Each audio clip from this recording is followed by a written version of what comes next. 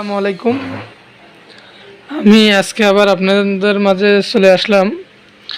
Blender আপনার নষ্ট হলে বা হঠাৎ করে যদি ব্লেন্ডার চলতে চলতে হঠাৎ করে যদি বন্ধ হয়ে যায়, কিভাবে ঠিক করবেন এবং কি ব্লেন্ডার ভিতরে কি কি নষ্ট হতে পারে, কি সমস্যা হতে পারে, এ টু জেড আপনাদের সাথে আজকে ব্লেন্ডার ঠিক করে দেখাবো।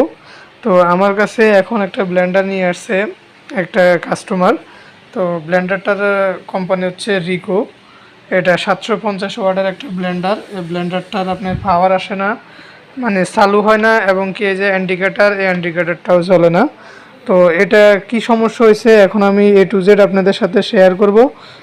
তো আমার সঙ্গে থাকুন, এবং আপনাদের কাছে ছোট্ট একটা রিকোয়েস্ট, যারা এখন পর্যন্ত আমার চ্যানেলটা সাবস্ক্রাইব করেননি অবশ্যই আমার চ্যানেলটা সাবস্ক্রাইব করুন এবং পাশে থাকা নোটিফিকেশনটা অন করে দিন। আর যারা অলরেডি সাবস্ক্রাইব করছেন তাদেরকে অসংখ্য ধন্যবাদ। চলুন কথা না বাড়িয়ে আমরা সর্বপ্রথম ব্লেন্ডারটা চেক করি। মানে সর্বপ্রথম আমাদের কাজ হচ্ছে ব্লেন্ডারটা আপনার ব্লেন্ডারের নিচে একটা পুশ বাটন থাকে। এই যে এটা হচ্ছে একটা পুশ বাটন।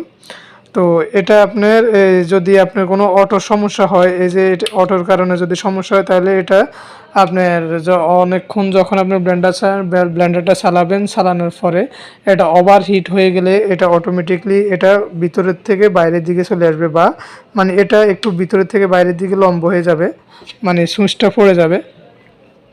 পড়ে গেলে তখন আপনি জাস্ট এই সুইচটাকে জাস্ট এইভাবে ভিতরের দিকে একটা চাপ দিয়ে, মানে এই যে দেখেন এইভাবে ভিতরের দিকে একটা চাপ দিবেন, চাপ দিয়ে এটাকে ছেড়ে দিবেন। ছেড়ে দিলে যদি দেখেন যে এটা আবার কারেন্টের লাইন দিয়ে দেখবেন এটা চলে কিনা। যদি দেখেন যে চলে, তাহলে যা বুঝতে হবে যে আপনার এই অটোর সমস্যা, অটোটা পড়ে গেছে, সে কারণে এটা বন্ধ হয়ে গেছে। পুশ করার পরেও যদি আপনার এটা চালু না হয়, না চলে, তাহলে এটা অবশ্যই এটা ব্লেন্ডারের ভিতরে সমস্যা হয়েছে। হয়তো এই যে অটোটা হয়তো পুরোপুরিভাবে নষ্ট হয়ে গেছে, আর নয়তো বা এই যে পাওয়ার কেবল নষ্ট, আর নয়তো বা ভিতরে কার্বনের সমস্যা, আর নয় হয় ভিতরে যে আর্মিচার বা মোটর, ওই মোটরের সমস্যা। এই স্যার 5টা কারণে মোটর ব্লেন্ডার নষ্ট হয়। তো এটা চেক করার জন্য আমরা সর্বপ্রথম এই যে ব্লেন্ডারটা আমরা খুলবো। এটার পিছনে যে ব্যাকপার্টটা আছে, ব্যাকপার্টটা আমরা স্ক্রুপগুলো একটা একটা করে আমরা খুলে নিব।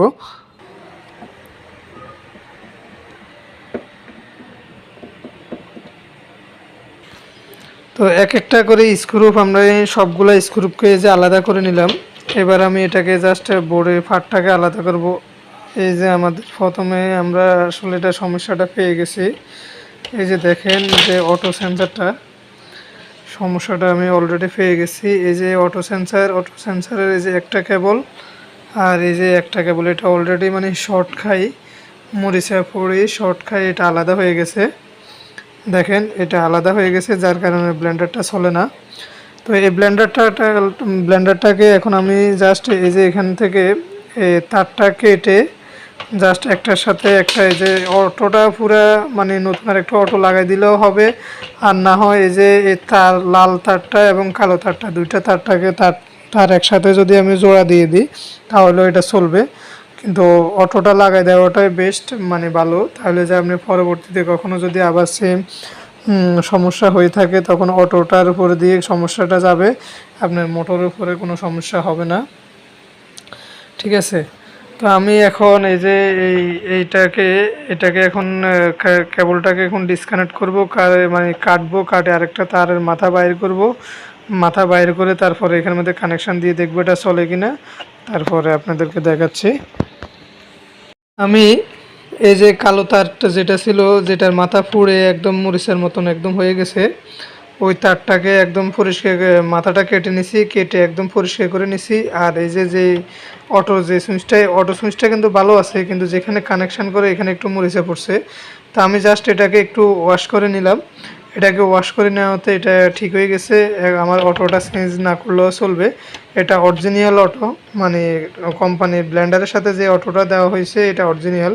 তো এটাতে যে সার্ভিস পাওয়া যাবে আপনার মার্কেটেরগুলোতে এতটা সার্ভিস পাওয়া যাবে না, সেই জন্য আর আমি এটা চেঞ্জ করলাম না। জাস্ট এখানের মধ্যে যে কানেকশানটা মরিচা পড়ছে ওটাকে একটু ওয়াশ করে দিলাম, আর তার কেবলটাকে এখানে কানেকশান করে দিলাম। তো কানেকশান করে দেওয়ার পরে এখন জাস্ট আমি দেখব আমার এটা পাওয়ার আসে কিনা। এই যে দেখেন, যদি আমার এটা ওকে হয়ে থাকে, তাহলে এই যে এখানের মধ্যে যে বাতিটা আছে, বাতিটা জ্বলবে। ঠিক আছে। তো আমি এখন এটাকে পাওয়ার কানেকশন দিব, পাওয়ার কানেকশন দিয়ে দেখি আমার এটা অলরেডি পাওয়ার আসে কিনা। এই যে বাতিটা জ্বলে উঠবে যদি এখানের মধ্যে এটা ওকে হইতেছে, এই যে হ্যাঁ ঠিক আছে, আমার এটা অলরেডি ওকে। এই যে লাল বাতি জ্বলতেছে, আপনারা খেয়াল করেন, লক্ষ্য করেন, ইন্ডিকেটারটা জ্বলতেছে, এই যে দেখেন, ঠিক আছে। তো আশা করি আমার কাজটা কমপ্লিট হয়েছে। এরপরে আমার এখানে এই সমস্যাটা হয়েছে তাই বলে যে আপনাদেরও সেম একই সমস্যা হবে তা না। আপনারা সর্বপ্রথম কি করবেন, আপনাদের এই যে অটোর যে বাইরের থেকে যে সুইচটা আছে ওটাকে চাপ দিয়ে দেখবেন, যদি ওটা দিয়ে ওকে হয়ে যায় তাহলে হোক ওকে। আর ওকে না হওয়ার পরে আপনারা কি করবেন, জাস্ট এই ঢাকনাটা পুরো খুলবেন, ব্যাকপার্ট খোলার পরে সর্বপ্রথম কাজ হচ্ছে আপনাদের এই যে লাল কানেকশান, লাল তার, যেটা লাল তার এবং কালো তার, এই দুইটা তারেরটাকে একসাথে কানেকশন করে দেবেন, কারেন্টের প্লাগে লাগাবেন, লাগাই তারপর দিয়ে আপনার মোটরটা চালু হয়ে কিনা আপনি খেয়াল দেখবেন। যদি দেখেন যে আপনার চালু হয়ে গেছে, চালু হয়, তাহলে যে আপনি এই যে এটা অটোটা চেঞ্জ করলে আপনার হয়ে যাবে। আর এরপরেও যদি আপনি দেখেন যে আপনার চলে না, তখন যে আপনি কী করবেন, এই যে আপনার এই যে পাওয়ার কেবল, এই পাওয়ার কেবলটা আর এই যে কেবলটা, এই যে এটা এই মাথার সাথে এই মাথা, এই যে এখান থেকে দুইটা কানেকশান আসছে, নেগেটিভ এবং পজিটিভ। এই একটার সাথে একটা মিটারের সাহায্যে আপনি জাস্ট এই যে এখানে একটা মাথা মিটার ধরবেন, আরেকটা মাথার মিটারে আরেকটা মাথা জাস্ট এখানের মধ্যে একটা তার ধরবেন, আর আরেকটা মাথার এই পাশে ধরবেন, আর একটা মাথার আপনার এই যে এখানে লাল তার মাথা যেখানে আসছে জাস্ট এখানে ধরবেন। যদি দেখেন যে আপনার এখানে কেবলটা আপনার মিটারের মধ্যে মানে ফিউজ বাতাইতেছে, তাহলে অবশ্যই কেবলটা চেঞ্জ করবেন। কেবল চেঞ্জ করলে আপনার কাজটা হয়ে যাবে। এরপরে যদি দেখেন যে কেবলটাও আপনার ওকে আছে, কেবলটা ওকে থাকার পরেও যদি দেখেন যে আপনার কেবলও ওকে, আপনার এই যে অটোটা ওকে, এরপরেও আপনার মোটর চলে না, তখন আপনি কি করবেন, তখন আপনি জাস্ট এই যে আমি আপনাদেরকে দেখাই, মানে ব্লেন্ডার কিন্তু স্টেপ বাই স্টেপ, মানে দড়িয়ে আপনার মোটরটা কিছু করা যাবে না, দড়িয়ে আপনার কার্বন চেঞ্জ করা যাবে না, স্টেপ বাই স্টেপ আপনি ধাপে কাজ করতে হবে। মানে আপনার একটার পর একটা আপনি চেক করবেন, তাহলে যে আপনার মানে কোনো সমস্যা হবে না। এই যে এখানের মধ্যে দুইটা কার্বন আছে, এই যে লক্ষ্য করেন, এই যে দেখেন, এই যে এই একটা কার্বন, আর এই যে এখান দিয়ে এই যে এই আরেকটা কার্বন, ঠিক আছে। এই যে দেখা যায় এটার ভিতরে আরেকটা কার্বন দেখা যায়। তো এই কার্বন দুটাকে আপনারা জাস্ট বাইর করবেন। তো এই কার্বন দুটাকে আপনারা কীভাবে বাইর করবেন, আমি আপনাদেরকে একটা কার্বন বাইর করে আপনাদেরকে দেখাচ্ছি। এই যে দেখেন, এই যে এখানের মধ্যে কার্বনগুলো দেখা যায় অনেক সময় লং টাইম চলতে কার্বনগুলো ক্ষয় হয়ে যায়, ক্ষয় যাওয়ার কারণে কার্বনটা তখন আর আর্মিচারের সাথে আপনার ফিটিংস হয় না, ফিটিংস না হলে তখন যারা এটা পাওয়ার আসে না, এটা চলে না, ঠিক আছে। তো এই যে এখানের মধ্যে আর এই যে কার্বনের এখানের মধ্যে আপনার লক আছে, এই যে দেখেন, খেয়াল করেন, এই যে লক, জাস্ট এই লকটাকে জাস্ট এইভাবে হাতের ইশারায় খুলবেন, খোলার পরে জাস্ট এই যে দেখেন, এটা ফিউজটা যা এটা এই যে এখানে লকটা দুটাই হাতের ইশারায় খুলে নেবেন। এই যে দেখেন, এই যে এটাই হচ্ছে কার্বন, এটা হচ্ছে কার্বন সেট, এটা এখানে এই একটা আছে সেম একই রকম, এই যে এই পাশেও আরেকটা কার্বন আছে। তো আমার ওকে হয়ে গেছে, তারপরেও আমি আপনাদেরকে দেখানোর স্বার্থে, আপনাদের বোঝানোর স্বার্থে আমি দুইটা কার্বনে এখন খুলে যদি দেখেন যে আপনার কার্বন দুইটা আপনার একটু ক্ষয় হয়ে গেছে, মানে পুরোপুরি ক্ষয় হয়ে গেছে, তাহলে যে আপনার কী করবেন, নতুন দুইটা কার্বন সেট লাগাই নেবেন। আর যদি দেখেন যে পুরোপুরি ক্ষয় হয় নাই, মোটামুটি কার্বন 1 ইঞ্চির মতন কার্বন আছে, তাহলে আপনার পুনরায় ওই কার্বনটা ইউজ করতে পারবেন। তো সেটা ইউজ করার জন্য আপনি কী করবেন, এই যে কার্বনের এই দুইটা মাথা আছে, এই মাথা দুইটাকে আপনি জাস্ট, অনেক সময় দেখা যায় মাথাগুলো একটু ঘষায় একটু আবরণযুক্ত হয়ে যায়, একরূপভাবে কাজ করতে চায় না এবং কি ফায়ারিং করে, ঠিক আছে। তো আপনি কি করবেন, এই কার্বন দুইটার মাথাটাকে ভালো করে আপনার কাপড়ের সাহায্যে আপনি পরিষ্কার করে নেবেন। এই যে কার্বনের মাথাগুলোকে জাস্ট এইভাবে ভালো করে পরিষ্কার করে, এই যে দেখেন, এই যে এগুলাকে, এই যে কণা, ছোট কণা আছে এগুলার মধ্যে, কার্বন কণা, ওই কণাগুলো যাতে চলে যায় সুন্দরভাবে ভালো করে এইভাবে পরিষ্কার করে নেবেন। দুইটাই কার্বন এইভাবে ভালো করে পরিষ্কার করে নেবেন। পরিষ্কার করার পরে আবার পুনরায় এটাকে আপনি ফিটিং করতে পারবেন সেম একইভাবে, এটা মানে সেমভাবে কাজ করবে। দেখেন, তো আমাদের কার্বনগুলো মোটামুটি ভালো পরিষ্কার হয়ে গেছে। এরপরে আমরা আরেকটা কাজ করব কি, কার্বনটা পরিষ্কার হয়ে গেলে এরপর আরেকটা কাজ করব, আপনি যে আর্মিচার, মানে যে এই কাজটা করবেন কখন, যখন দেখবেন যে আপনি আর মোটরের গোড়া থেকে আপনার আগুনের ছিটকে মারে, মোট সলে কিন্তু আগুনে ছিটকে মারতেছে। তখন আপনি কি করবেন, জাস্ট এই কার্বনগুলো খোলার পরে আপনার যে মোটরটা আছে, এই যে মোটরের ভিতরে আপনি একটা লক্ষ্য করেন, এই যে এদিকে লক্ষ্য করেন, ওই যে ভিতর থেকে যে মোটো হলুদ কালার, এই যে ভিতর থেকে যে এই যে হালকা হালকা ঘুরে, দেখেন মানে যে মোটরটা ঘুরে, ওই মোটরটাকে মানে আপনার ভালো একটা পরিষ্কার কাপড় দিয়ে বা একটা শিরিষ কাগজ দিয়ে আপনার এটাকে, এই যে দেখেন লক্ষ্য করেন এই হলুদ কালার, এই যে যেটা ঘুরতেছে, এই যে আমি হাতের ইশারায় ঘুরে দিচ্ছি, ঠিক আছে, ওই জিনিসটাকে ভালো করে পরিষ্কার করে দেবেন। ওই জিনিসটাকে ভালো করে পরিষ্কার করে দিয়ে তারপর দিয়ে আপনি কার্বন দুটাকে সেট করবেন।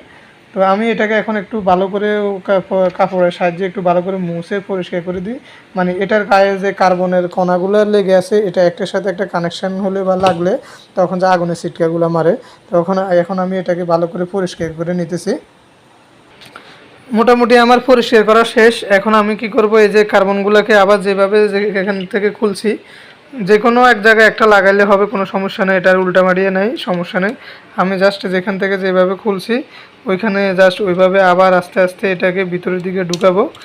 ঢুকানোর পরে এই যে এটা স্প্রিংটা পুরোপুরিভাবে ভিতরে ঢুকবে না, আমি এটাকে জোরে ভিতরের দিকে চাপ দেব, পুরো স্প্রিং সহকারে ভিতরে যাতে কানেকশান সহ ঢুকে যায়। এই যে ঢুকে যাওয়ার পরে এই যে খেয়াল করেন, ঢুকে যাওয়ার পরে এই যে এখানের মধ্যে যে লকটা আমি যেটা হাতের ইশারায় আগে খুলছি, জাস্ট এটাকে আবার নিচের দিকে ছাপ দিয়ে এটাকে এইভাবে আটকে দেবে। এই যে দেখেন এখানের মধ্যে আমি আটকে দিছি, এই ইয়েটা অলরেডি এইভাবে আটকে গেছে কার্বনটা। এরপরে ফাঁসের যেটা আছে সেম, ওটাকেও সেম একইভাবে আমি আটকে নেব। তো আমার মোটামুটি কার্বনটা অ্যাকুরেটভাবে লাগানো হয়ে গেছে, ফিটিং করা শেষ। তো এখন জাস্ট মোটরটা এখন চলে কিনা আমি আপনাদেরকে দেখাচ্ছি, একবার লক্ষ্য করেন জাস্ট, ঠিক আছে, আমার ব্লেন্ডারটা চলতেছে, দেখেন আমার ব্লেন্ডারটা কমপ্লিট ওকে হয়ে গেছে, এটা চলতেছে। তো আশা করি আপনারা সবাই বুঝতে পারছেন। যদি এরপরেও আপনারা যদি না কমেন্ট করবেন, আমি অবশ্যই কমেন্টের মাধ্যমে আপনাদেরকে বুঝাই দিব। আর যারা এতক্ষণ আমার সাথে ধৈর্য সহকারে আমার ভিডিওটা দেখছেন, আমার সাথে ছিলেন, তাদেরকে অসংখ্য ধন্যবাদ। আর আমার যারা এখন পর্যন্ত আমার চ্যানেলটা সাবস্ক্রাইব করেননি, অবশ্যই আমার চ্যানেলটা সাবস্ক্রাইব করুন এবং পাশে থাকা নোটিফিকেশনটা অন করে দেন। আর যারা অলরেডি সাবস্ক্রাইব করেছেন তাদেরকে অসংখ্য ধন্যবাদ। আর যারা ফেসবুক থেকে আমার ভিডিওটা দেখতেছেন, তারা আমার ফেসবুকটা ফলো দিবেন, লাইক করবেন, কমেন্ট করবেন এবং শেয়ার করে দেবেন।